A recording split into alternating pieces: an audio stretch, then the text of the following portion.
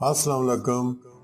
जी दोस्तों, मोराल कहानी चैनल की जानिब से आपको वेलकम करता हूं और आज एक बहुत दिलखराश दास्तान आपके लिए लेकर आया हूं। बाप बेटे की दिलखराश दास्तान है। दोस्तों, ये हमारे इलाके का एक सच्चा वाक़या है।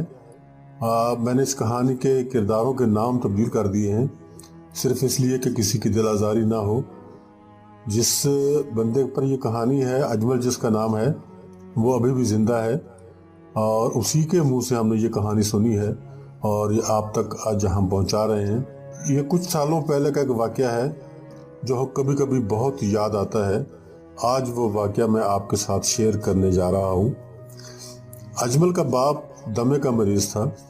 अजमल की माँ कुछ अरसा पहले दुनिया से रुखसत हो चुकी थी। अजमल अपनी बीवी और 4 बच्चों के साथ अपने घर में रहता था।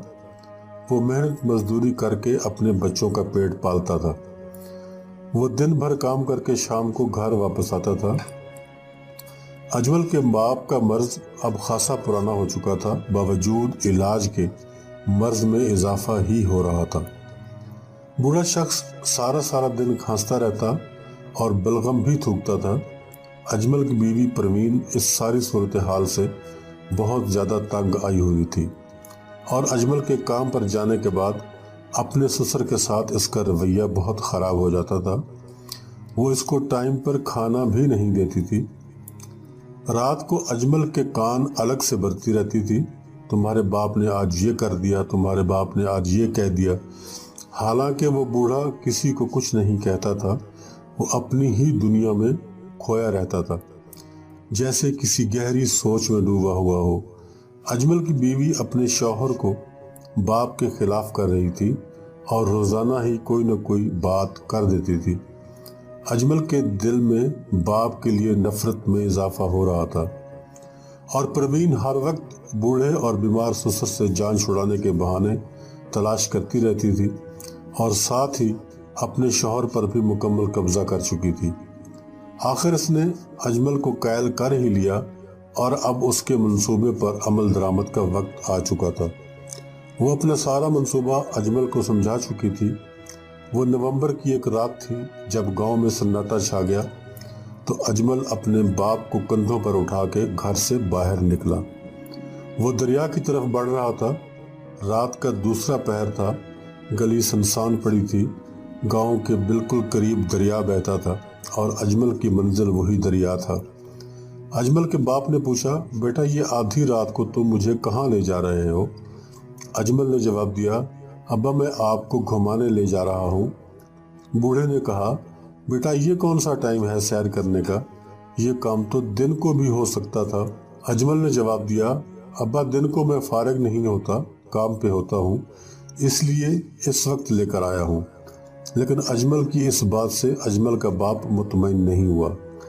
इन्हीं बातों के दरमियान दरिया का किनारा आ गया।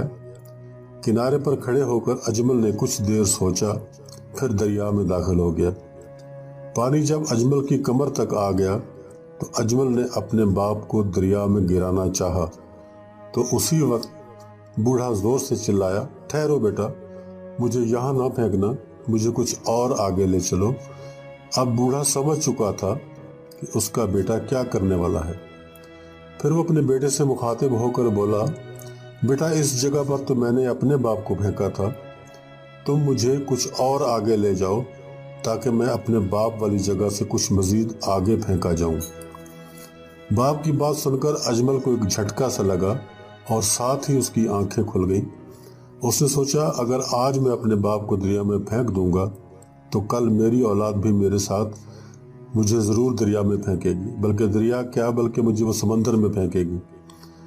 वो पिछले कदमों वापस आया और अपने बाप को घर वापस ले आया और घर आते ही उसने अपनी बीवी को खूब मारा और अपने बाप से माफ़ी मांगी।